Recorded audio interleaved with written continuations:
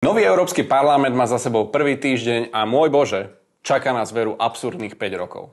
Staronová predsednička Európskeho parlamentu hneď v jej prvom prejave zadefinovala, čo bude našou top prioritou akožto zvolených zástupcov občanov Európskej únie. Ruská agresia proti zvrchovanej Ukrajine ostáva naďalej najdôležitejším bodom našej agendy. A musíme ísť aj nad rámec toho, čo bude pohodlné a urobiť to, čo bude potrebné. A tak aj bolo. Hneď prvý dokument, ktorý Europarlament schválil, bola rezolúcia o nepretržitej podpore Ukrajiny. Viac financií, viac zbrojenia a viac sankcií. A samozrejme, Viktor Orbán je zlo, lebo si dovolil vycestovať, rokovať o mieri. Za mňa absolútne zbytočné preteky vládnych frakcií, ktorá z nich dokáže pre potlesk médií agresívnejšie zamoralizovať nad týmto konfliktom. Potom už ale prišiel čas na voľbu novej predsedničky Európskej komisie s jedinou staronovou kandidátkou Ursulou von der Leyen.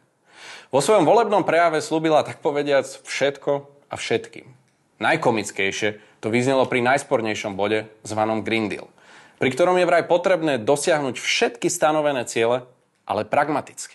Čo to znamená? Netuší ani divá sviňa, ale tlieskali všetci. V Smere sme od začiatku deklarovali, že Ursula von der Leyenová nemá našu podporu a nebudeme za ňu hlasovať. Ale vzhľadom na prelomový rozsudok Európskeho súdu, ktorý deň pred hlasovaním potvrdil, čo sme všetci vedeli, že spôsob, akým predsednička komisie dohodla historicky najväčší nákup, viac ako miliardy vakcín za viac ako 20 miliard eur, bol nielen nemorálny, ale aj protizákonný, sme sa rozhodli, že spolu s ďalšími nezávislými europoslancami požiadame, aby bola jej voľba odložená, kým nám konečne nesprístupní v plnosti tie slávne začiernené zmluvy a jej súkromné správy s riaditeľom Pfizeru, tak ako je to ukladá zákon. Pokladali sme totiž za absurdné, aby na čele najmocnejšej inštitúcie Európskej únie, ktorá vraj stojí na hodnotách otvorenosti, transparentnosti a nezávislosti od akýchkoľvek lobistov či nadnárodných korporácií, stala práve politička, ktorá sa týmto hodnotám spreneverila na plnej čiare. A to už nie je len názor, ale fakt potvrdený súdnym rozhodnutím. Lenže ako sme sa od vládnych frakcií dozvedeli, tieto hodnoty treba hájiť len proti neposlušným politikom. A argumentovať súdnymi rozhodnutiami? To sa v európskej politike predsa nerobí. Nezneužívajme súd pre politické účely. Nepredstierajme, že toto je právna otázka. Je to politická otázka a my tu máme politické rozhodnutie, ktoré musíme dnes prijať. Je to právo hlasovať, je to naša zodpovednosť dokonca hlasovať dnes. Nie. Európska politika funguje výhradne na poslušnosť. Buď ako poslanec hájite na 100% ten jeden jediný povinne správny názor a potom ste osvietený, proeurópsky demokrat na strane dobra hodný akejkoľvek funkcie, alebo zhrešíte. Vyslovíte iný názor a potom ste protieurópsky extrémista, ohrozujúci demokraciu nebezpečnými dezinformáciami, ktorý za žiadnych okolností nesmie byť zvolený na akýkoľvek post, hoď z vašej frakcii podľa výsledku volieb a D'Hondtovej metódy právom prináleží. To, akým spôsobom odrezali v Európskom parlamente tretiu najväčšiu frakciu patrioti od všetkých funkcií, nemá nič spoločné s demokraciou.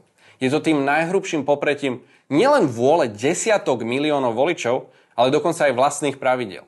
Ale takto to dopadne vždy, keď politici uveria, že sú vyvolení. Hodnoty, pravidlá, rozsudky, na ničom z toho zrazu nezáleží, lebo len oni vedia riadiť Európu, poraziť Rusko, zachrániť planétu a spasiť budúcnosť. A že im ľudia vo veľkom prestávajú dôverovať? Žiaľ, sú to hlupáci, ktorí nevedia, čo je potrebné robiť a radšej veria konšpiráciám zlých extrémistov.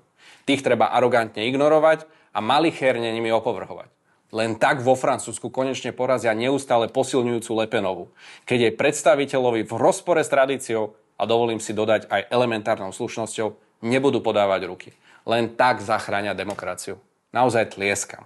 K dokonalosti však tento prístup dovedli až naši progresívci, ktorí sa odmietli zúčastniť ešte aj štandardného stretnutia europoslancov s médiami, lebo sme v miestnosti boli prítomní aj my s republikou. A tak radšej ostali stať pred otvorenými dverami, aby sa, nedaj Bože, nezašpinili iným názorom. To je tá povestná tolerancia, ktorej majú progresívni pokrytci vždy plné ústa.